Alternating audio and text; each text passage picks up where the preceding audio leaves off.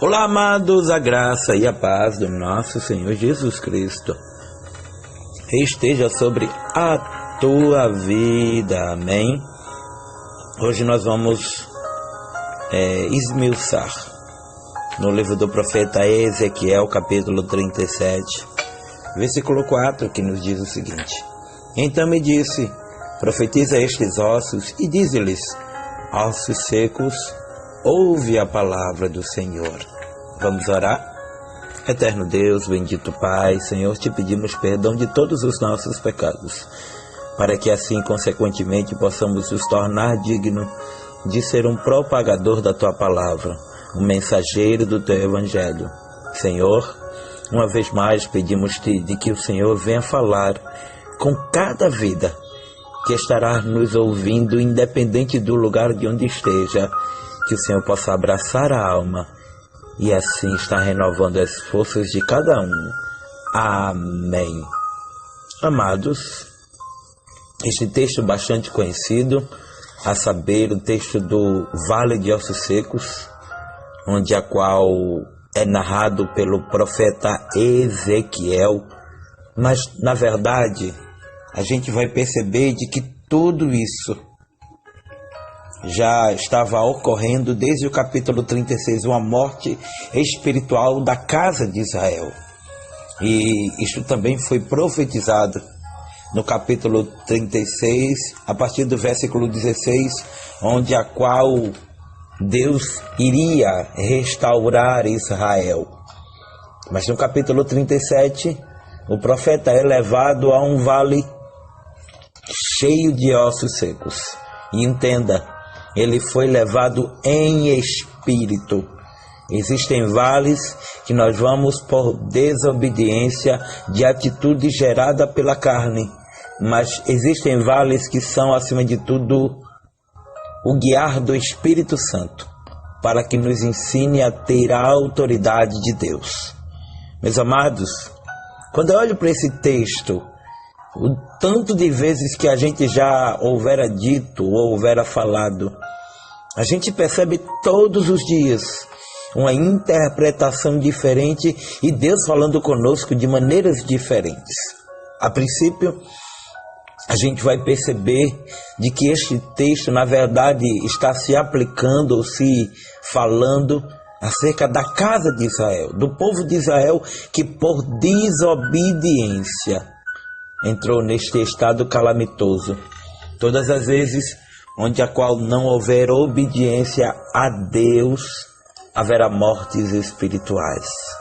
Eu te aconselho, à luz da Sagrada Escritura, a voltar a obedecer à voz de Deus. Eu te convido a voltar para a presença do Senhor, porque muitos se encontram-se mortos e mortas espiritualmente falando, em termos de não obedecer mais a Deus. E muitas vezes dizem que está tudo bem, dizem que não precisam de Deus, mas isso é a maior mentira que eles já contaram. Até nós que estamos dentro da igreja, até nós falhos, pecadores, pessoas errantes, a gente precisa de Deus todos os dias. Eu mesmo quero aqui te dizer de que sem Deus eu não sou nada. A minha vida sem Deus não tem sentido algum. O meu ministério sem a presença de Deus não chegaria em lugar algum e nem tampouco sequer eu estaria aqui.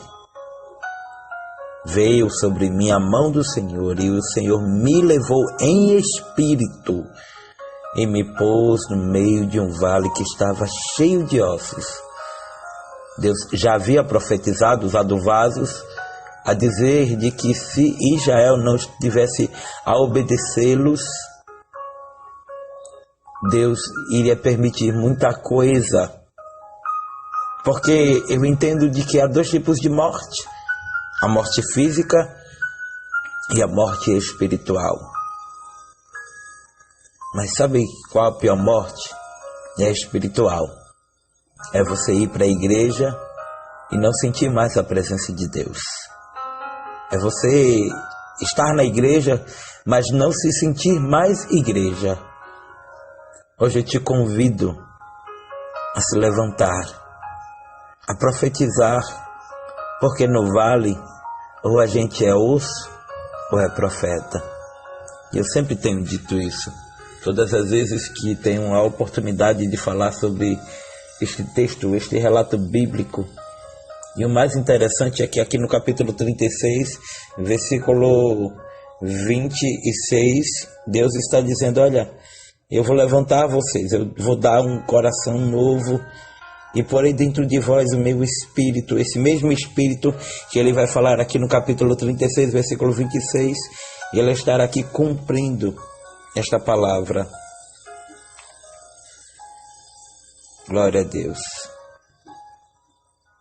No capítulo 37, versículo 10, ele está dizendo: e profetizei como ele me deu ordem, e então o Espírito entrou neles, e viveram e se puseram em pé, um exército grande em extremo. Porque sabe, aqui está falando de quantitativo, de quantidade, e o que tem de gente na igreja que está lá somente para bater cartão, só porque tem um cargo, só porque tem aquela responsabilidade. Mas eu não estou falando disso. Eu quero falar sobre voltar a ser quem de fato você era. E tudo isso só ocorre a partir do momento em que a gente assume a postura de profeta e volta a profetizar dentro da casa, no ministério, na família, no trabalho. Sabe, eu poderia muito bem falar sobre contexto bíblico, falar sobre exegese, hermenêutica, mas eu quero falar de uma forma bem simples, porque primeiro ele entra no vale por intermédio da ordem de Deus em espírito, segundo, ele passeia no meio do vale, e terceiro, Deus o faz uma pergunta: poderão reviver esses ossos? Deus hoje te pergunta: tem jeito para o teu problema? Será que você vai sair dessa? Será que Deus não está vendo o que você está passando? Outrora, fostes vaso nas mãos do Senhor. Deus te usava em profecia, em revelações. Você tinha aquela alegria em fazer a vontade de Deus, mas de repente veio o desânimo, você se entristeceu e não entende o porquê de tudo isso. Mas Deus, Ele te ama, Ele tem um plano na tua vida e Ele não vai desistir de você. É tempo de se levantar, tal como o exército extremo, porque ainda há um avivamento a ser vivido em nosso meio. E como será ou acontecerá esse avivamento? Através das lutas, das provas. A gente não é avivado quando está tudo bem. A gente só é avivado quando estamos na prova, nas crises. E aí então nos levantamos para fazer a vontade de Deus. Tudo isso ocorre através da profecia vindo da palavra e não do que o homem disse. Entenda, Deus tem pressa em fazer.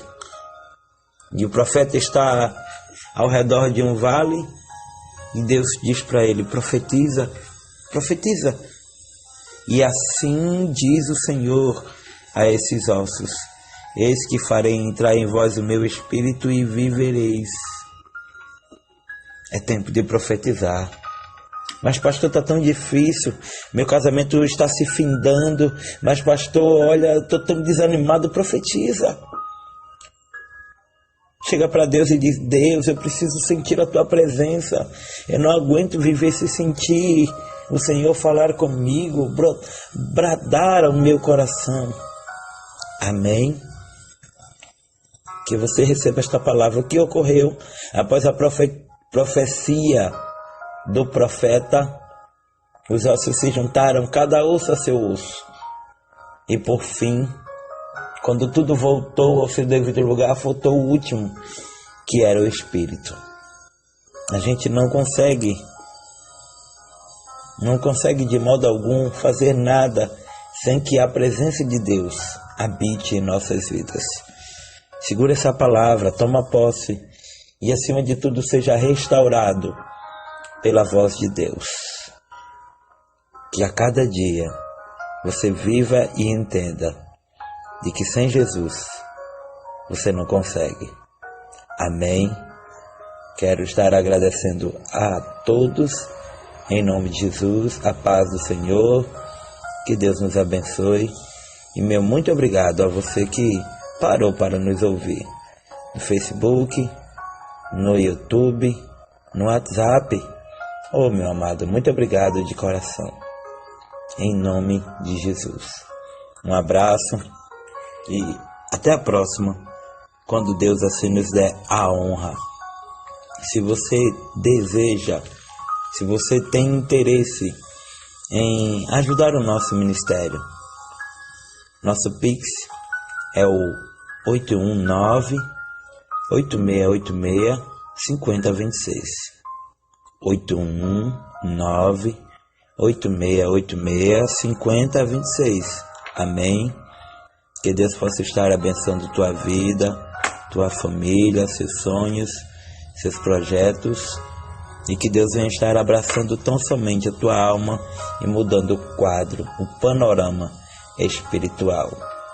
Um abraço e até a próxima, se Deus assim estiver nos permitindo. Amém?